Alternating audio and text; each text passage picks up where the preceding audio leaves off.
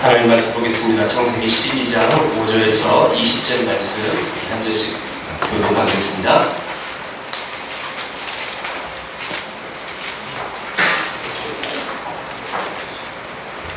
창세기 12장 5절부터 20절 말씀입니다.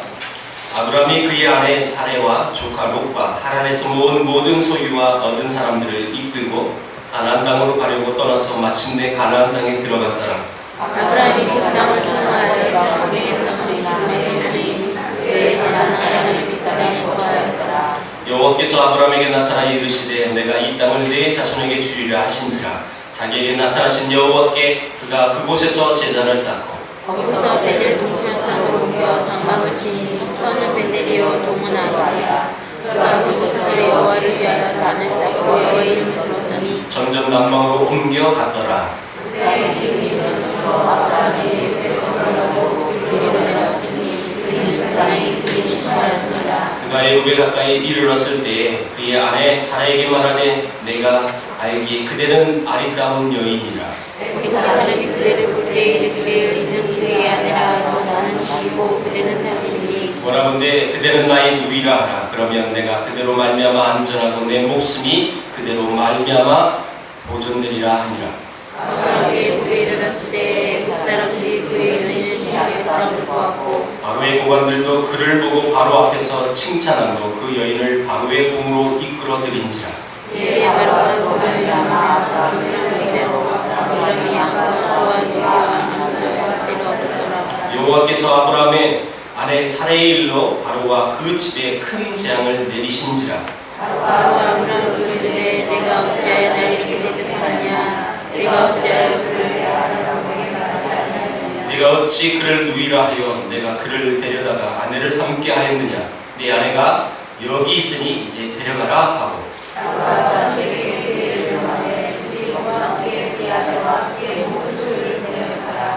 아멘. 아브라함이 마침내 드디어 가나안 땅에 들어왔습니다. 하나님이 약속했던 그 약속의 땅 가나안 땅에 들어왔는데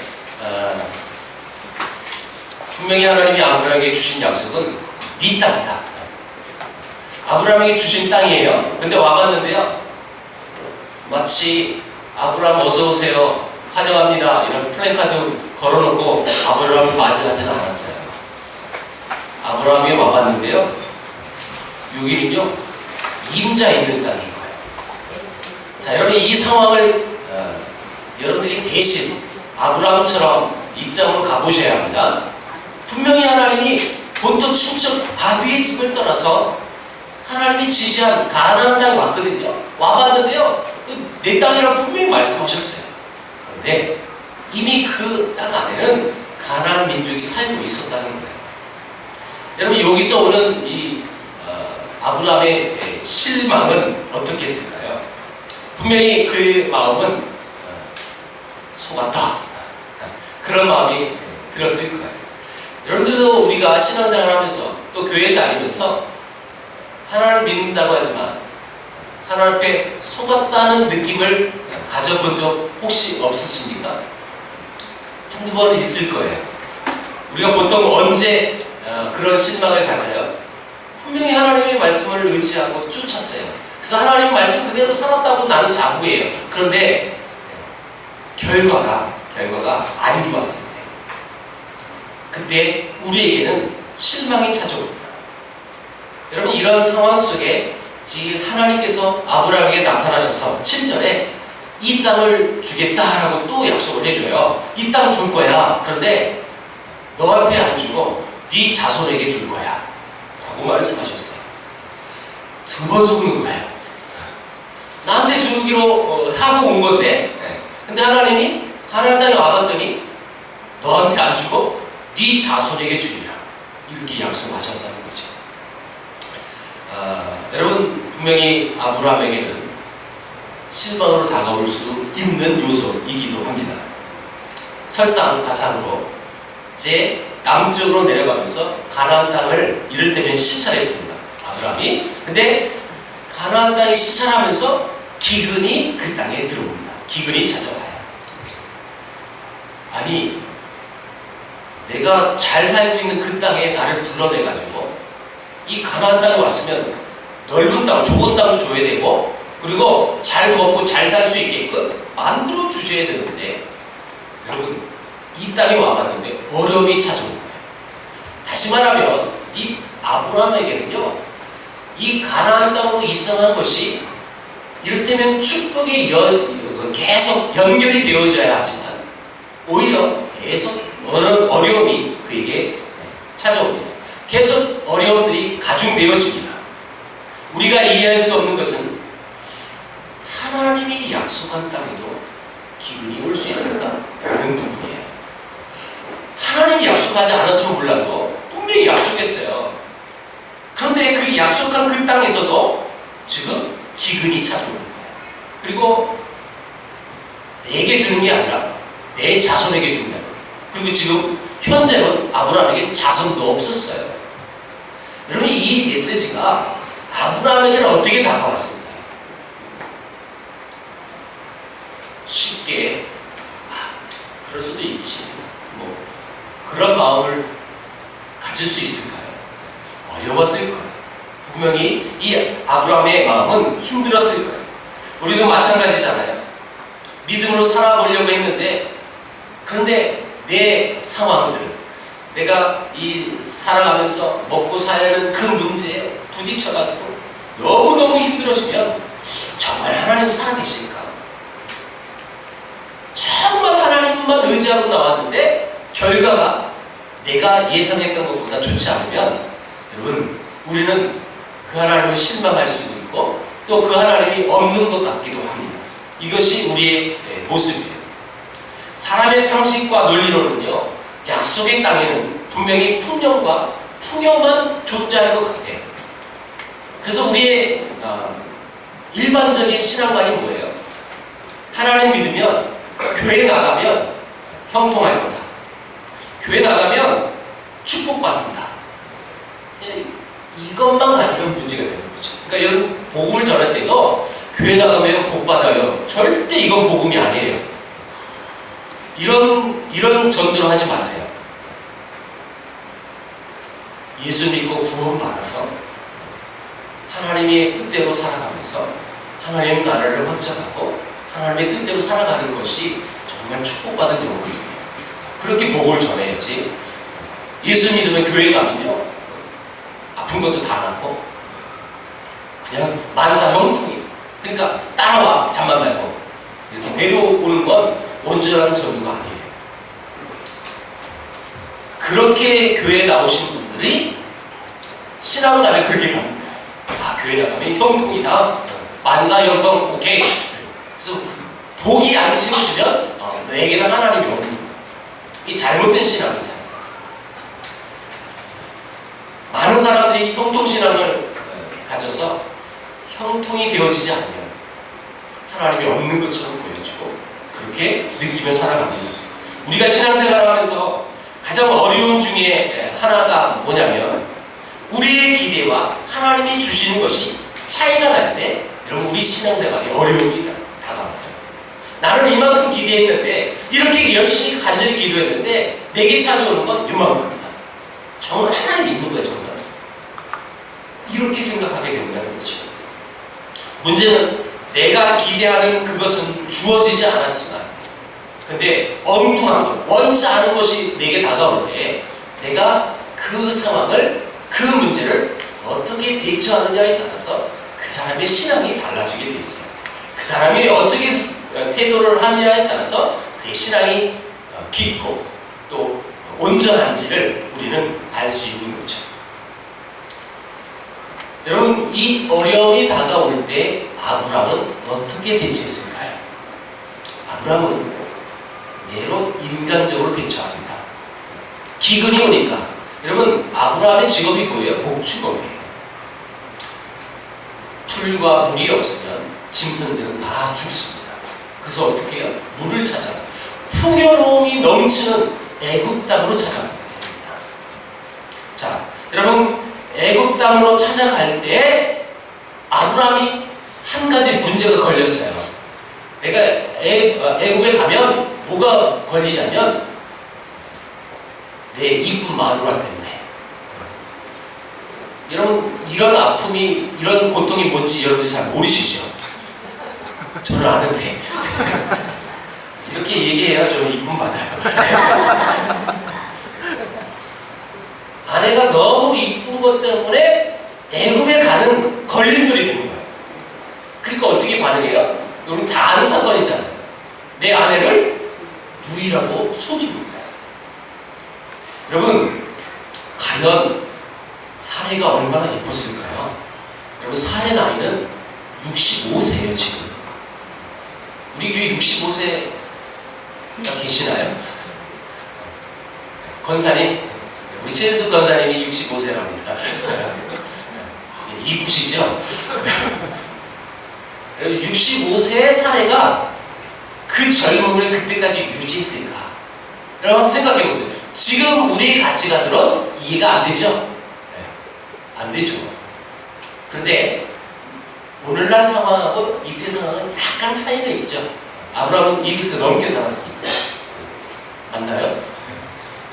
그때는 지금보다 수명이 더 길었어요. 지금보다는. 그래서 지금의 65세하고는 조금 다를 거예요. 다를 거예요. 그럼에도 불구하고 65세는 적은 나이는 아니었을 거예요. 우리가 더블을 생각해도 37세 뭐 이 정도 생각할 수 있으니까. 그런데 성경을 보니까 분명히 이뻤나 봐요.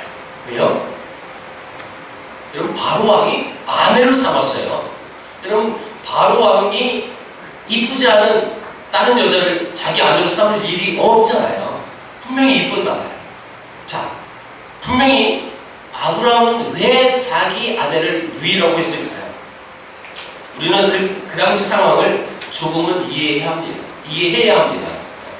이때는 여자를 취하려면 여자 옆에 있는 남자를 죽여야 그 여자가 내 여자가 됩니다. 그 당시 힘의 논리였어요. 지금처럼 그런 그럼 정말 믿음이 없다. 물론 여러분 믿음이 없는 모습이기도 하지만, 그렇죠? 지금과 똑같은 상황은 아니라는 것입니다. 그걸 그대로 받아들이면 안 되죠. 그때는 아내 때문에 자기가 죽을 수 있다는 것을 알고 있었어요. 그래서 아브라함이 자기 아내를 누이라고 속이고 이렇게 고백합니다. 13절에 내가 그대로 말미암아 안전하고 내 목숨이 그대로 말미암아 보존되리라. 아브라함은 자기 아내를 팔아서라도 자기 목숨을 건져보겠다는, 이를테면 이 막장 드라마입니다. 아내가 자기 누이가, 물론 사실상 누이예요. 맞죠? 누이예요. 사실은 누이기도 하지만 아내잖아요. 근데 그 아내를 팔면서 자기가 살겠다는 것입니다. 그 다음 얘기가 뭐예요? 우리 다 아는 얘기입니다. 실제로 바로 왕에게 자기 아내를 뺏깁니다. 그런데 여기서 정말 이상한 게 하나 있어요. 지금 여러분, 누가 잘못했어요? 바로가 잘못했어요? 아브라함이 잘못했어요? 아브라함이 잘못했잖아요. 바로는 아브라함의 아내인지 모르고 아내로 삼은 거예요. 누이인 줄 알고 실제로. 그래서 아브라함이 잘못됐는데, 이상한 건 하나님은 아브라함을 책망하지 않고 바로를 책망하셨어요. 신기한 게요, 16절에 봤더니 자기 아내를 누이라고 속여놓고 이제 왕의 처남이 됐으니까, 그쵸? 처남이 됐으니까 그 왕으로부터 많은 재물을 받아요. 그래서 16절에 한번 보세요. 16절. 이에 바로가 그로 말미암아 아브라함을 후대함으로 아브라함이 양과 소와 노비와 안수 나귀와 낙타를 얻었더라. 이제 부자가 된 거예요. 속였는데 아브라함은 부자가 됐어요. 자, 우리 일반적인 상식으로는 어찌 거짓을 고하고 어찌 이게 복을 받는 게 이게 정상적인가? 우리는 이런 의식이 없어요. 이건 잘못됐다고 생각할 거예요. 그런데 정말 하나님은 이상해요. 아내를 팔아먹은 천하의 나쁜 이 아브라함에게 복을 주셨어요. 왜일까요? 여러분, 이 사건 때문에 아브라함은 변화가 됩니다. 아브라함은 여러분 이 본문에 보시다시피 어떻게 보면 형편없는 사람이었어요. 그런데 이 사건 때문에 아브라함은 하나님에 대한 인식이 바뀌어졌어요. 하나님은 지금까지 내가 알고 있는 하나님 아니구나. 하나님은 이런 분이구나. 상식적으로 이해가 되고 내가 한 만큼 여러분 꼭 그대로 받는다면 이런 상황 속에서는 사람들이 별로 변하지 않아요. 그런데 정말 이해되지 않는 상황, 이해되지 않은 그런 분위기, 그런 환경임에도 불구하고 그 사람을 받았을 때 그때는 사람이 많이 변화가 되어지는 거예요. 예를 들어볼까요? 우리 얼마 전에 엑슈스쿨 때 나오던 내용이에요. 평양에 샤멜 마페 선교사를 갔을 때 그 마페 선교사를 그렇게 못살게 굴었던 이기쁨이라는 깡패가 있었어요. 그렇죠? 기억나죠? 이기쁨 그분은 선교사를 두들겨 팼고요. 짱돌을 던져서 턱뼈를 깨트려 버렸던 아주 난폭한 사람이었어요. 그런데 자기를 힘들게 했던 그 현재를 이 선교사는 끝까지 살아가는 거예요. 여러분, 이기풍 씨가 선교사를 못살게 했을 때 그가 내게 난 그래도 당신을 사랑합니다 했을 때 이분은 이해를 할 수 없었어요. 왜냐하면 우리 마인드는 사람을 괴롭히고 때리면 린치를 가면 그 사람하고 나는 원수가 되는 거예요. 그런데 그 사람은 이해되지 않은 상황으로 내게 다가와요. 나는 그래도 당신을 사랑합니다. 이게 이해되는 부분은 아니죠, 실제로. 여러분, 이해되지 않은 사랑을 받았던 이분은 그래서 변화가 되는 거예요. 그 예수님의 사랑이라는 것을 알았고 그 예수님의 사랑의 근거 때문에 나를 자기를 괴롭혔던 그 원수 같은 그 사람까지도 사랑하는 그 사랑이 진짜 사랑이구나 깨달으니까 예수 믿고 목사가 되는 거예요. 이해되지 않는 사랑을 받았을 때 사람은 변화되어져요. 지금 이 상황이 마치 이런 장면이라는 거예요. 하나님께서 이해되지 않은 사랑으로 아브라함에게 복을 주셨어요. 그러니까 아브라함이 변화가 되는 거예요. 예를 들면 그렇다는 거예요.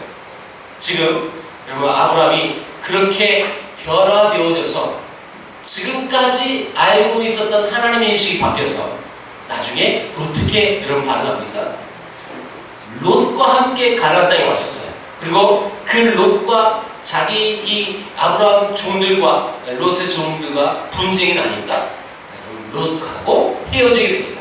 그때 아브라함이 조카 롯에게 뭐라고 얘기합니까? 네가 자하면 나는 우하겠다. 네가 우하면 나는 자하겠다. 이렇게 고백할 수 있는 이유가 뭐예요? 하나님의 동행하심을 믿는 길이에요.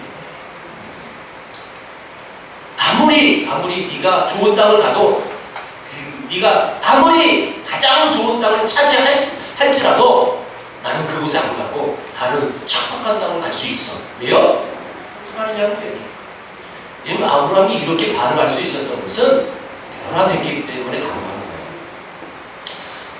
여러분, 아브라함이 아내를 누이라고 속였다가 그리고 뺏긴 뒤 그리고 도로 찾은 뒤에도 아브라함의 회개의 장면은 나오지 않아요. 아브라함이 회개하지 않는데 엉뚱한 사람이 회개해요. 누가 회개해요? 바로가 회개해요. 희한하죠? 잘못은 아브라함이 했는데 바로가 회개를 합니다.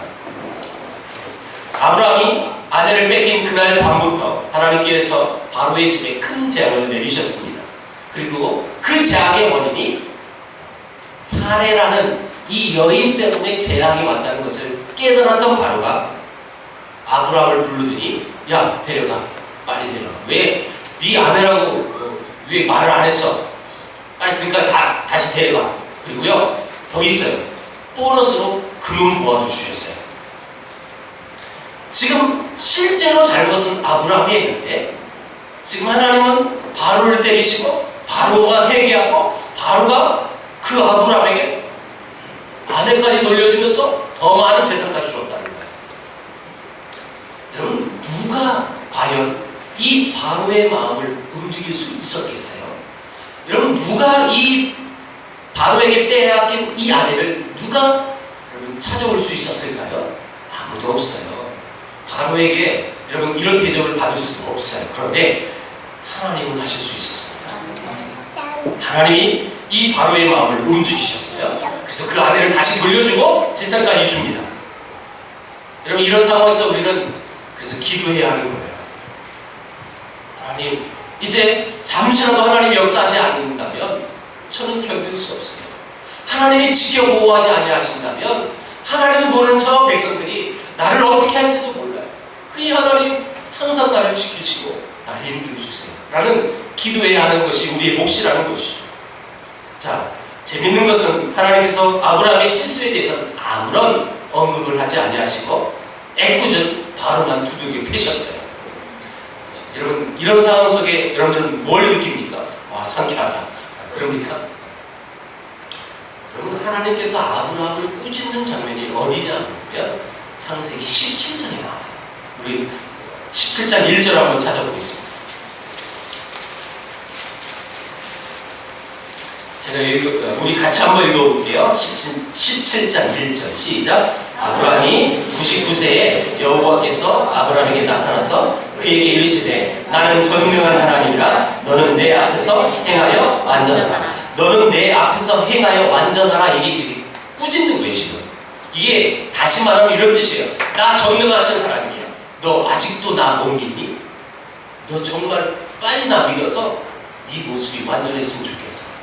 하나님이 아브라함에게 이렇게 말씀하시면서 여러분, 그 다음 하신 말씀이 99세에 네가 아들을 낳을 거야. 이 지금 말씀을 하시는 내용입니다. 여러분, 하나님이 아브라함에게 약간 꾸짖으시면서 책망하시는 첫 번째 장면이 17장에 나와요. 근데 12장에는 한 번도 그런 언급이 안 해요. 왜일까요? 여러분, 지금 이 아브라함에게는 그런 책망을 받을 만한 믿음의 수준이 아직 없었어요. 그래서 하나님은 아브라함이 아니라 바로를 때리셔요. 여러분, 윤리적으로 도덕적으로 따지면 아브라함보다 바로가 훨씬 윤리적이었어요. 훨씬 도덕적이었어요. 그런데 분명히 하나님은 바로를 때리셨어요. 자, 여러분, 이 부분을 아셔야 돼요. 하나님의 판단 기준이 도덕적이냐 윤리적이냐 그것이 아니라는 거예요.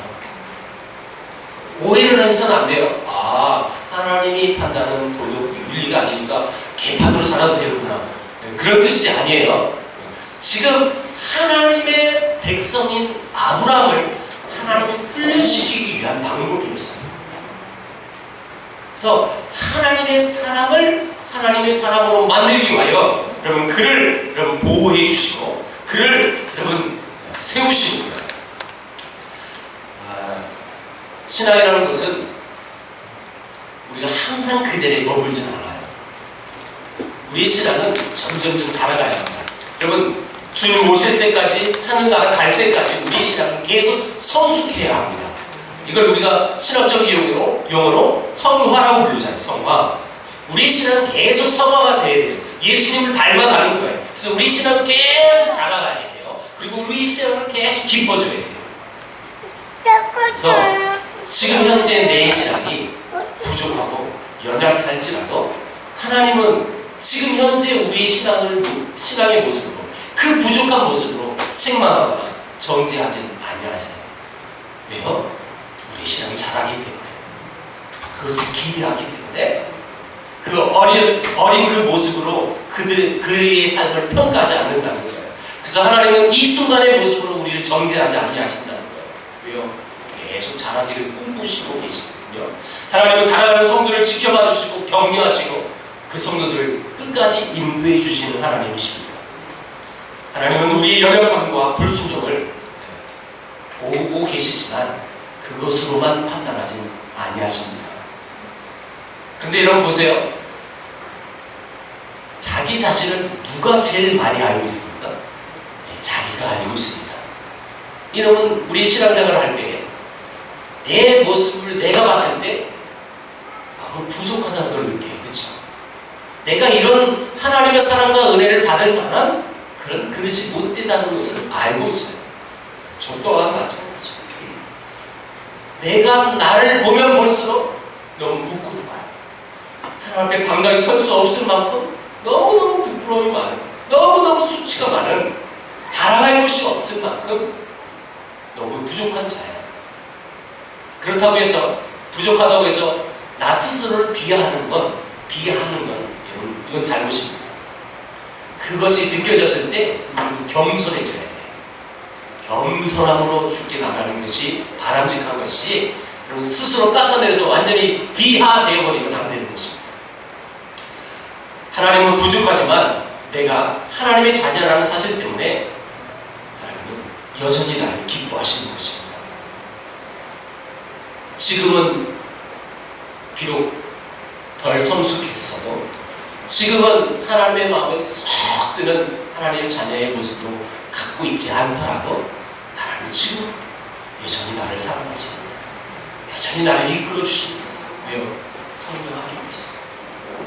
나중에 믿음의 조상이라는 호칭을 받을 만큼, 백세라는 아들을 네가 내게 바치라고 했을 때 기꺼이 믿음으로 여러분 순종했던 아브라함이 될 수 있을 만큼, 지금 하나님은 아브라함을 이끌어 주십니다. 이 장면이, 이 본문은 핵심이 바로 이거예요. 여러분 무엇을 위해서 그럴까요? 당시 이 바로 왕이라는 사람은 절대 권력을 갖고 있는 사람이에요. 지금 미국 대통령과 버금가는 그 당시 최고의 통치자였습니다. 그런데 그 최고의 통치자를 지금 하나님께서 아브라함의 아내를 빼앗은 이유로 밤새 두둑에 패버린 거예요. 그럼 이 사건으로 분명 바로가 놀랬을 거예요. 나는 잘못이 없는데. 근데 가장 많이 놀란 사람은 누굴까요? 아브라함이었을 거예요. 자기가 잘못했는데 지금 애꿎은 바로만 하나님이 책망하십니까? 여러분 여기서 아브라함은 하나님이 누구라는 것을 발견하는 겁니다. 하나님은 어떤 분이구나, 이것을 알게 됩니다. 그래서 이 지금 어떻게 보면 이런 부분이에요. 하나님께서 이 아브라함을 만들어가는 중에, 훈련하는 중에 지금 아브라함을 설득하고 계십니다. 하나님, 나는 이런 하나님이다. 너를 지키고 너를 인도하는 하나님이다. 너는 두려워하지 말고 담대해야 된다. 이런 이 설득의 과정이 지금 이 아브라함의 훈련의 모습인 것입니다. 드디어 아브라함은 믿음의 손을 떴습니다. 하나님은 이런 분이구나. 그래서 나중에 롯과 헤어질 때도 과감하게 그 결정을 할 수 있었고, 뿐만 아니라 318명을 데리고 여러분 가나안 전쟁에 참여할 만큼 용기가 있었던 것은 바로 이것입니다. 하나님이 나와 함께 하시기에 두려움이 물고죠. 애굽에서 바로 이 사건 때문에 이 아브라함은 하나님을 알게 되었고, 하나님은 적어도 바로 왕보다 센 분이구나 라는 것을 알게 되었습니다. 또 한 가지, 이 사건 때문에 이 아브라함이 변한 것이 하나 있었습니다. 자, 우리 12장 7절 8절을 보겠습니다. 여호와께서 아브라함에게 나타나 이르시되 내가 이 땅을 네 자손에게 주리라 하신지라, 자기에게 나타나신 여호와께 그가 그곳에서 제단을 쌓고 거기서 베델 동쪽 산으로 옮겨 장막을 지니 서쪽은 베델이요 동쪽은 아니라 그가 친 곳에서 여호와께 제단을 쌓고 여호와의 이름을 부르더니. 자, 여러분 지금 아브라함이 하나님 나타나셔서 네 자손에게 땅을 주겠다라고 했을 때 아브라함은 그곳에서 제단을 쌓았어요. 그래서 약간 베델 동쪽으로 옮겼어요. 그리고 장막을 쳤어요. 그래서 제단을 쌓고 여호와의 이름을 불렀어요. 다시 말하면 지금 아브라함이 가는 곳곳마다 제단을 쌓았다는 거예요. 그런데 그 이후로는 애굽에 들어가는 사건이 나오는 거죠. 그래서 거기서 제단을 쌓는 얘기가 하나도 나오지 않아요. 그 다음에 언제 제단을 쌓느냐? 13장 보겠습니다. 13장 3절입니다. 3절 4절 같이 읽어볼게요. 시작. 그가 네게부에서부터 길을 따라 베델에 이르며 베델과 아이 사이 곧 전에 장막 쳤던 곳에 이르니 그가 처음으로 제단을 쌓은 곳이라 그가 거기서 여호와의 이름을 부르더라. 예, 지금 앞에서 제단을 쌓았던 그곳에 다시 애굽에 갔다가 왔는데 다시 그곳에서 제단을 쌓고 여호와의 이름을 다시 불렀다는 거예요. 이 말은 애굽에 갔을 땐 어떻게 보면 믿음이 없는 모습으로 갔었어요. 근데 그곳에서 하나님이 어떤 분이라는 것을 발견했던 이 아브라함은 다시 자기가 제단을 쌓았던 그곳에 가서 뭐 했어요? 제단을 쌓았다. 이거는요, 그가 예배가 회복이 된다는 거예요. 그가 하나님 앞에 예배할 때 그 모습들이 다시금 회복됐다는 뜻이에요. 그래서 우리는 이 아브라함의 모습을 보면서 확실히 배워야 할 것이 하나 있습니다. 내가 굶어 죽어도 하나님의 말씀은 떠나지 말자라는 것입니다. 어떤 기운이 어떤 역경이 내게 찾아올지라도 하나님을 예배하는 것을 중단해서는 안 될 것이다 라는 것입니다. 예, 여러분 이 아브라함의 모습을 보면서 우리도 이 예배의 모습이 회복되기를 원합니다. 어떤 상황도 하나님 앞에 예배하는 것을 막을 수 없는 거예요. 이걸 뛰어넘으셔야 돼요. 항상 사탄은 하나님 앞에 예배하는 것을 가로막고 있습니다. 우리에게 어려움을 주고 힘듦을 줌으로 인해서 너무 힘들지? 예배하지 마. 오늘 너무너무 지치고 있잖아. 오늘 힘들었지? 오늘 직장사 사람 너 너무 괴롭혔지? 오늘 그놈이 너 힘들겠지? 그러니까 수요 예배도 가지 마. 주일 예배도 가지 마. 그럼 하루만 쉬어. 여러분 계속 우리를 넘어뜨리게 하는 거죠. 근데 여러분 이 본문을 보면서 어떤 상황도 어떤 역경도 여러분 하나님 앞에 예배하는 것을 가로막을 수 없는 것입니다. 이걸 우리가 발견해야 합니다. 하나님은 아브라함에게 처음부터 야, 너 아들 이삭 나한테 바쳐. 하나님은 처음부터 이렇게 요구하지 아니하셨어요. 아브라함에게 이삭을 바치라고 얘기했을 때는 언제예요? 100세 때 아들을 낳고 약 120세 되는 그 즈음에 독생자 아들 이삭을 너 나한테 제물을 바쳐라 라고 하나님은 시험하신 거예요. 처음부터 우리에게 하나님은 무리한 믿음을 요구하지 않으세요. 이 본문을 잘 보셔야 돼요. 처음부터 여러분들이 감당할 수 없는 그런 믿음을 하나님이 지금 요구하고 있는 것이 아니에요. 지금 여러분들을 선택하시고 지금도 여러분들께 여러분 하나님은 훈련하고 계십니다. 훈련해서 단련되었습니다. 우리의 믿음의 분량이 여러분 온전하게 충만되었을 때 여러분 우리 아들까지 드릴 수 있는 그 요구를 하시는 거지. 다시 말하면 이 과정을 보면서 아브라함의 이 과정을 보면서 이것을 우리의 삶으로 적용하면 지금 저와 여러분 훈련의 과정입니다. 지금 하나님이 우리가 모르고 있는 그 하나님을 하나님께서 하나님의 방법으로 우리에게 설득하시고 우리에게 가르치시고 이끌어 주시는 거예요. 그래서 우리는 그 하나님의 방법을 이해해야 돼요. 그리고 그 하나님을 바라봐야 돼요. 그래서 잘 훈련되어져서 하나님이 요구하실 때 우리의 믿음의 분량대로 하나님께 드리는 거죠. 이게 우리의 삶이라는 거죠. 하나님은 그래서 우리에게 무엇을 가장 많이 요구하냐? 그것은요, 모든 상황, 어떤 상황, 어떤 경우일지라도 내가 지금 이 갈림길에서 네가 하나님 편에 설 것이냐, 세상의 방법으로 설 것이냐. 하나님 요구하실 때 뭐예요? 우리는 하나님의 편에 설 거예요. 그리고 손해를 보더라도 하나님을 놓지 않고 희생을 하고 하나님 말 붙드는 그 믿음의 요구를 우리에게 지금 요구하고 계십니다.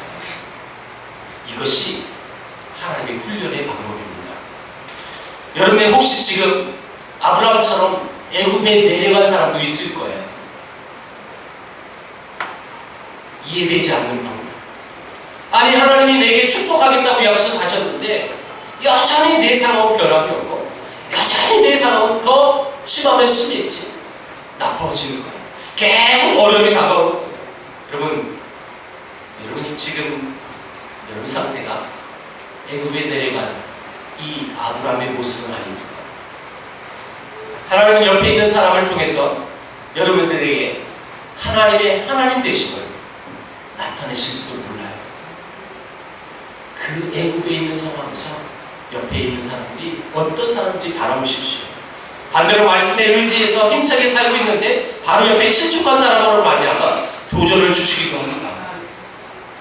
그런 사람들 보면서 내가 다시금 정신 차릴게. 어떤 상황도 어떤 여건도 우리를 넘어뜨리지 못해요. 그 주어진 환경 속에서 하나님이 말씀하시고자 하는 것이 무엇일까? 하나님이 지금 나의 어떤 믿음을 요구하시는 걸까? 이걸 바라볼 줄 알아야죠.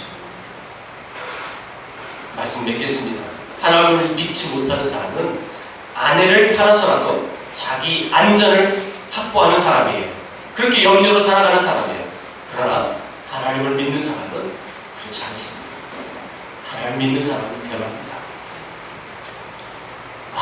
이제 나에게는 나와 또 내 아내와 내 가정의 안전을 책임져 주시는 분이 하나님이라는 것을 알게 되는 거죠. 이렇게 변화되어지는 거예요. 내 계산으로, 내 판단으로 그것을 보호받치고 안전장치를 하려고 할지라도 여러분, 그것이 최선이 아닙니다. 그걸 내어놓고 하나님 앞에 맡겨드리고, 하나님, 내 아내가 너무 이쁘지만 그럼에도 불구하고 하나님 의지하고 나갑니다. 이런 믿음의 모습으로 변화되어야 된다는 것입니다.